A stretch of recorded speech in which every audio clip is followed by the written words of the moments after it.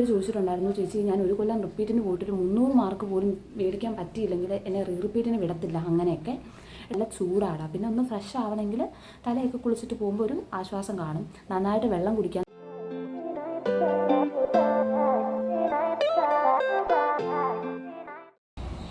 Hello guys, അപ്പോൾ എല്ലാവരും എന്ത് പറയുന്നു എന്ന് ഞാൻ ചോദിക്കുന്നില്ല, എനിക്കറിയാം. അത്യാവശ്യം എല്ലാവരും നല്ല സൂപ്പർ ടെൻസ്ഡ് ആയിട്ടിരിക്കുമായിരിക്കും, കാരണം നാളെയാണല്ലോ നിങ്ങളുടെ എക്സാം. എനിക്ക് പറയാനുള്ളതെന്ന് വെച്ച് കഴിഞ്ഞാൽ, നിങ്ങൾ ഈ ടെൻഷൻ കളയണം. ടെൻഷൻ കൊണ്ട് നമുക്ക് പ്രത്യേകിച്ച് ഒരു പ്രയോജനമില്ല. നിങ്ങൾക്ക് 5 മാർക്കെങ്കിൽ 5 മാർക്ക് നിങ്ങളുടെ കയ്യിലുള്ളതിൽ നിന്ന് പോകത്തേ ഉള്ളൂ. അപ്പം അത്യാവശ്യം ടെൻഷൻ ഫ്രീ ആയിട്ടിരിക്കുക. നമ്മൾ പഠിച്ചെടുത്തുനിന്ന് മാത്രമേ ചോദിക്കത്തുള്ളൂ എന്നുള്ളൊരു വിശ്വാസത്തോടെ ഇരിക്കുക. ഇപ്പോൾ നിങ്ങൾ പഠിച്ചെടുത്തുനിന്ന് മാത്രം ചോദിക്കുകയാണെങ്കിൽ നിങ്ങൾക്ക് എല്ലാവർക്കും ഒരു 550 എബോ അല്ലെങ്കിൽ 600 എബോ സ്കോർ ചെയ്യാവുന്നതേ ഉള്ളടാ. ഈ അത്യാവശ്യം നല്ല രീതിയിൽ മാർക്ക് കുറയുമെന്ന് വിചാരിച്ചിരിക്കുന്നവരുടെ കാര്യമാണ് ഞാൻ പറഞ്ഞത്. പിന്നെ കുറച്ച് പേര് ചോദിച്ചിട്ടുണ്ടായിരുന്നു, ചേച്ചി ഞാൻ ഒരു കൊല്ലം റിപ്പീറ്റിന് പോയിട്ടൊരു 300 മാർക്ക് പോലും മേടിക്കാൻ പറ്റിയില്ലെങ്കിൽ എന്നെ റിപ്പീറ്റിന് വിടത്തില്ല, അങ്ങനെയൊക്കെ. ശരിക്കും പറഞ്ഞാൽ നമ്മുടെ നീറ്റിൻ്റെ പേപ്പറിൽ ഒരു അത്യാവശ്യം കുറച്ച് കാര്യങ്ങളൊക്കെ അറിയാവുന്ന ഒരാൾക്ക് ഒരു 450 വരെ സ്കോർ ചെയ്യാൻ ഭയങ്കര എളുപ്പമാണ്. ഞാൻ ഈ റിപ്പീറ്റ്, അതായത് മാർക്ക് കുറവാണെങ്കിൽ റിപ്പീറ്റിന് വിടത്തില്ല അങ്ങനെ പറഞ്ഞവരോടാണ് ഈ പറയുന്നത്. അതായത് നിങ്ങൾക്കൊരു 280 വരെ ബയോളജി അത്യാവശ്യം ഒരു മോഡറേറ്റ് ക്വസ്റ്റ്യൻസ് ആണെങ്കിൽ ഒരു 280, 300 വരെ സ്കോർ ചെയ്യാൻ ഭയങ്കര എളുപ്പമാണ്. പിന്നെ ഫിസിക്സിലും കെമിസ്ട്രിയും ഡയറക്റ്റ് ഇക്വേഷൻ സബ്സ്റ്റിറ്റ്യൂഷൻ വഴിയെങ്കിലും അല്ലെങ്കിൽ വളരെ സിമ്പിളായിട്ടുള്ള ഡയറക്റ്റ് ക്വസ്റ്റ്യൻസ് വഴി 80 മാർക്ക് സ്കോർ ചെയ്യാൻ ഫിസിക്സിലും 80 മാർക്ക് സ്കോർ ചെയ്യാൻ കെമിസ്ട്രിയിലും എളുപ്പമാണ്. ബാക്കി അങ്ങോട്ടാണ് ഇത്രയും ടഫായിട്ടുള്ള കാര്യങ്ങൾ വരുന്നത്. അപ്പോൾ തന്നെ നിങ്ങൾക്ക് 400+ മാർക്കായില്ലേടാ. പിന്നെ നിങ്ങൾ പരമാവധി ഇപ്പോഴും വീട്ടുകാരെ എങ്ങനെ കൺവീൻസ് ചെയ്യും അങ്ങനെയുള്ള കാര്യത്തിലായിരിക്കും ടെൻഷനായിട്ടിരിക്കുന്നത്. അതെന്ന് വെച്ച് കഴിഞ്ഞാൽ നമുക്ക് എക്സാം കഴിഞ്ഞ് അത്യാവശ്യം നല്ല സമയമുണ്ടടാ. നിങ്ങളുടെ പ്രശ്നം എന്തുവാണോ അത് വീട്ടുകാരുമായിട്ട് നന്നായിട്ട് തുറന്ന് സംസാരിക്കാൻ ശ്രമിക്കുക. അതായത് എനിക്ക് ഇത്രയും കാര്യങ്ങളൊന്നും അറിയത്തില്ലായിരുന്നു, നമ്മൾ സ്റ്റേറ്റ് ബോർഡിന് അല്ലെങ്കിൽ CBSE ബോർഡിന് ജസ്റ്റ് മാർക്ക് സ്കോർ ചെയ്യാൻ വേണ്ടിയിട്ട് മാത്രമാണ് പഠിച്ചത്, അപ്പോൾ ഒരു ബേസ് ഇല്ലായിരുന്നു. ശരിക്കും പറഞ്ഞാൽ അവസാനമാണ് എങ്ങനെ പഠിക്കണമെന്നൊക്കെ മനസ്സിലായത്. അങ്ങനെ നിങ്ങൾക്ക് പറ്റുന്ന രീതിയിൽ നിങ്ങൾ വീട്ടുകാരെ പറഞ്ഞ് കൺവീൻസ് ചെയ്യുക. നമ്മുടെ വീട്ടുകാരല്ലേടാ, അവർ നമ്മളെ മനസ്സിലാക്കും. നമ്മുടെ അച്ഛനും അമ്മയും നമ്മളെ മനസ്സിലാക്കിയില്ലെങ്കിൽ പിന്നെ വേറെ ആരാണ് മനസ്സിലാക്കുന്നത്? ഇപ്പോൾ ഫിനാൻഷ്യൽ ഇഷ്യൂസ് ഉള്ളവരാണെങ്കിൽ കൂടെ നിങ്ങൾക്ക് സെൽഫ് സ്റ്റഡി പ്രിഫർ ചെയ്തിട്ട് ഇപ്പോൾ ഓൺലൈനിൽ അത്യാവശ്യം ഫ്രീ ആയിട്ട് ഒത്തിരി ക്ലാസ്സസ് അവൈലബിൾ ആണ്. 3000 എന്തോ ഉള്ളൂ ബ്രില്യൻറ്റിൻ്റെ ഓൺലൈൻ ടെസ്റ്റ് സീരീസ് മാത്രം. അത് വേണമെങ്കിൽ നിങ്ങൾക്ക് മേടിച്ച് അങ്ങനെ പ്രിപ്പയർ ചെയ്യാം. അപ്പോൾ ഫൈനാൻഷ്യൽ ഇഷ്യൂസ് അങ്ങനെയൊന്നും അതിനെപ്പറ്റി ഒന്നും ചിന്തിക്കേണ്ട. അതൊക്കെ ചിന്തിച്ച് നമുക്ക് പറ്റുന്നൊരു പ്ലാറ്റ്ഫോം നമുക്ക് തിരഞ്ഞെടുക്കാൻ അത്യാവശ്യം ഒത്തിരി സമയമുണ്ട്. ഇപ്പോൾ നിങ്ങൾ പരമാവധി നിങ്ങളുടെ മനസ്സിനെ കൂളാക്കി വെക്കുക. എന്നെക്കൊണ്ട് പറ്റും എന്നുള്ള വിശ്വാസത്തിൽ തന്നെ പോവുക. അത്യാവശ്യം നന്നായിട്ട് വെള്ളം കുടിക്കുക.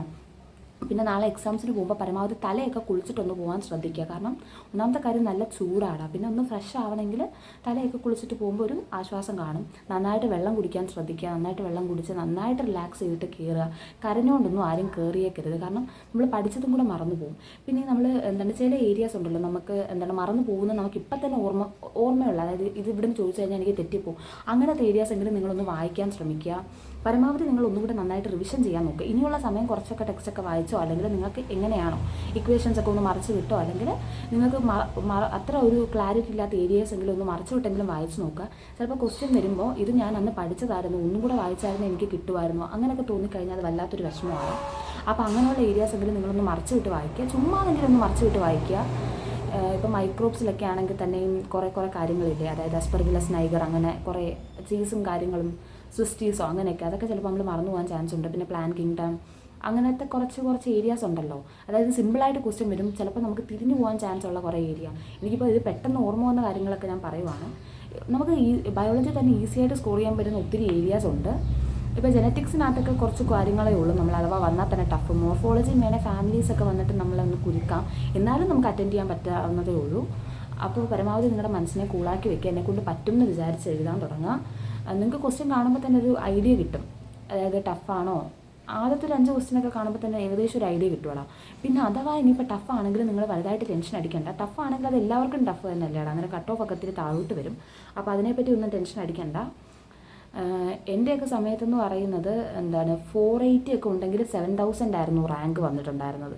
പക്ഷേ ഞാൻ ഇന്നലെ കുറച്ച് പേർക്ക് മാർക്ക് നോക്കാൻ വേണ്ടിയിട്ട് നോക്കി. അപ്പോൾ കഴിഞ്ഞ കൊല്ലം 480 ഒക്കെ ഉള്ളവർക്ക് ഏകദേശം 10,000 11,000 ഒക്കെ ആയിരുന്നു റാങ്ക് വന്നത്. 9 or 10 എന്തൊക്കെയായിരുന്നു റാങ്ക് വന്നത്. അപ്പോൾ അങ്ങനെയുള്ള വേരിയേഷൻസ് ഒക്കെ വരും. അതാണ് ഞാൻ പറഞ്ഞത്. അപ്പം ടഫാണെങ്കിൽ അതിനനുസരിച്ച് നമ്മുടെ റാങ്ക് മെച്ചപ്പെട്ട രീതിയിലൊക്കെ വരും. അപ്പോൾ അങ്ങനെയൊന്നും ടെൻഷൻ അടിക്കേണ്ട. വീട്ടുകാരൊക്കെ നമ്മൾ പറഞ്ഞാൽ മനസ്സിലാക്കാവുന്നതേ ഉള്ളൂ. പിന്നെ ഈ നാട്ടുകാരെ പറ്റി വലുതായിട്ട് ടെൻഷൻ അടിക്കേണ്ട. നമ്മൾ പറയുന്ന കാര്യങ്ങളല്ലേ അവർ വിശ്വസിക്കൂ. നിങ്ങളെ അത്ര മാർക്ക് കുറവാണെങ്കിൽ നിങ്ങൾ എന്തെങ്കിലും കള്ളമൊക്കെ അങ്ങ് പറ. ഇപ്പോൾ നമുക്ക് അവരെ ബോധിപ്പിച്ചിട്ട് പ്രത്യേകിച്ച് വലിയ കാര്യമൊന്നുമില്ലല്ലോ. നമുക്ക് നിങ്ങളുടെ പേരൻസും സത്യം അറിഞ്ഞിരിക്കുക. നിങ്ങൾ അടുത്ത പ്രാവശ്യം നിങ്ങൾക്ക് ഇപ്പോൾ പറ്റിയ തെറ്റൊന്നും ആവർത്തിക്കരുതെന്ന് ആവർത്തിക്കത്തില്ല എന്നുള്ളൊരു വിശ്വാസത്തിൽ പഠിക്കാൻ തുടങ്ങുക. അപ്പോൾ അത്രയൊക്കെ ഉള്ളൂ. നല്ല കോൺഫിഡൻ്റ് ആയിട്ട് പോയി എഴുതുക. അപ്പോൾ ശരിയാടാ, ടാറ്റ.